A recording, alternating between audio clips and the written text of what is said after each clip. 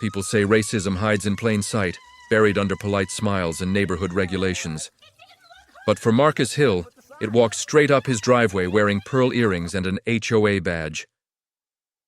What began as a peaceful life on his newly purchased ranch turned into a nightmare the moment a certain neighbor decided his land wasn't really his. She claimed it belonged to the community, a word she only used when trying to control him. But when they crossed the line, trespassing, demanding access, and targeting him, Marcus did something no one expected. And what happened next forced the HOA to pay in a way they never imagined. Watch until the end. Wait a second. Let us know where you're watching from in the comments, and make sure to subscribe for more powerful and inspiring stories just like this one. Marcus Hill had spent most of his life working with his hands, first as a laborer, then as a skilled contractor, and finally as the owner of a small but thriving construction company. After years of long days, tight budgets, and showing up for clients who didn't always respect him, he finally reached a milestone he'd dreamed of since childhood: purchasing land. Not just a house, not a lot squeezed into a subdivision, but real land, acres of open sky, space to breathe, 40 acres to be exact, a stretch of rolling grass, oak trees that had stood longer than any modern building around them, and an old ranch house with charm hidden beneath layers of dust. For Marcus, the ranch represented freedom, legacy, and stability. Something no one could take from him.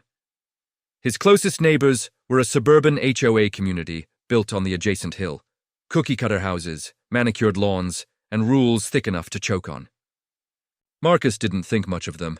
He wasn't part of their HOA, and his ranch stood far beyond their boundaries. He expected separation, not conflict. But the moment he moved in, he could feel eyes on him, long, assessing stares, cold pauses mid-conversation. Attention he chose, at first, to ignore. He had no idea that the peace he sought was already under threat. The first sign of trouble came wrapped in a neatly folded envelope tucked under the latch of Marcus's gate.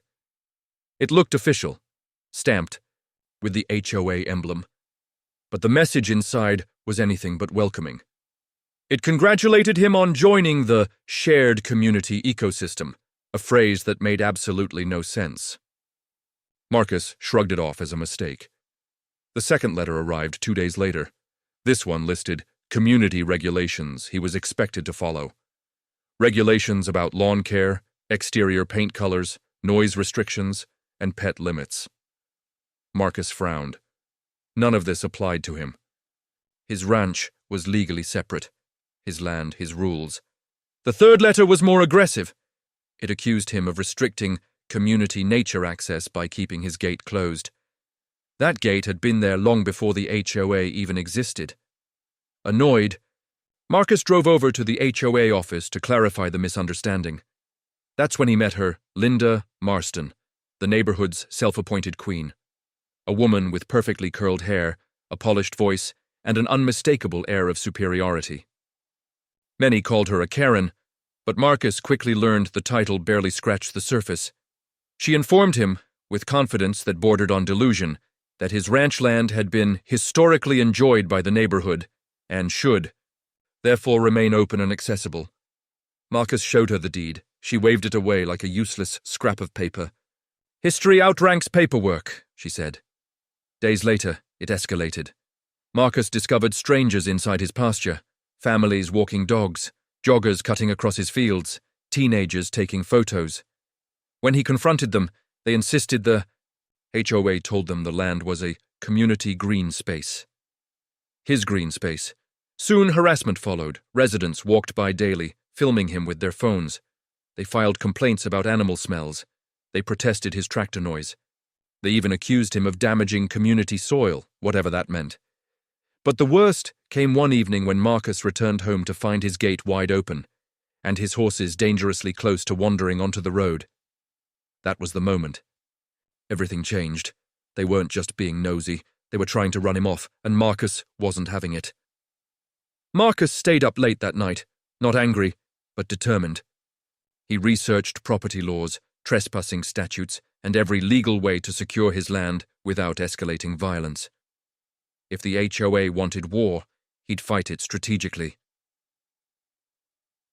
The next morning, he began installing a state-regulated, low-voltage electric security fence. Completely legal, thoroughly documented, and posted with bright, unmissable warning signs. He added motion-activated cameras, floodlights, and reinforced locks. If they tried stepping on his land again, there would be undeniable proof. It didn't take long. A group of HOA members, led by Karen herself, marched straight to his fence. Ignoring every sign, they climbed. The second they touched the top rail, a jolt shot through them, not enough to injure, but more than enough to send them tumbling back screaming. Phones recorded everything, their trespassing, their arrogance, and their shock. Karen stormed to his driveway demanding the fence's removal. Marcus simply pointed to the cameras. This time she had no power left to stand on.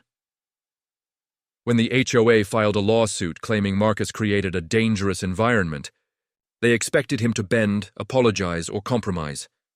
Instead, Marcus countered with a thick folder of evidence: surveillance footage, dated trespassing incidents, letters demanding illegal access, and records showing his animals were put at risk.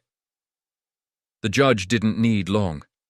The HOA was fined heavily for repeated violations. They were ordered to pay Marcus's legal fees, damages for harassment, and restitution for property interference. Karen was forced to resign from her position. Her influence shattered, her arrogance was exposed. Marcus kept his fence, his land, his peace. But the experience left him thinking about bigger truths. Racism isn't always about slurs or violence. Sometimes it hides behind policies, titles, and community standards. Sometimes it sounds polite until someone refuses to submit. Marcus won his battle, but millions face the same struggle every day, unheard and unseen. Before you go, which country and city are you watching from? Take care.